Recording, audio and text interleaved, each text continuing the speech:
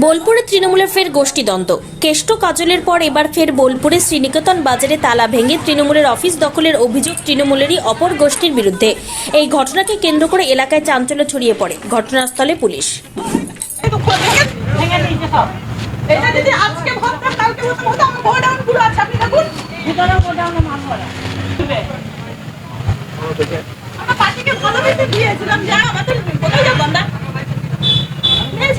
একটা তৃণমূল কার্যালয় ছিল, এটা 15 বছর ধরে এটা আমরা পার্টি অফিস, এখানে ওঠা বসা সবই করতাম। তো ব্যাপার হচ্ছে এখানে কেষ্টদার ছবি ছিল, দিদির ছবি ছিল, এইগুলোকে হাঁটিয়ে দিয়েছে এরা, এই বাবু দাসের লোকরা হাঁটিয়ে দিয়ে এরা এখন ঘরগুলোকে ভাড়া দেবো বলে সব এরা লোকজন ওই ভাড়া দিচ্ছে, সব ভাড়া ঠিক করছে।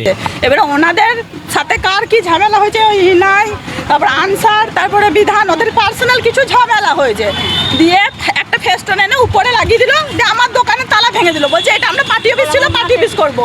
আবার ঘুরিয়ে আমি মোবাইলে ভিডিও করছিলাম ওদের, যাতে আমাদেরকে সবাই দেখবে যে সত্যিটা কি।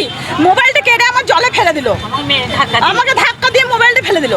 পার্টি হ্যাঁ দখল নিতে এসেছিলাম, আমরা ভাড়া দিয়েছিলাম, পার্টি অফিস বলে ভাড়া দিয়েছিলাম।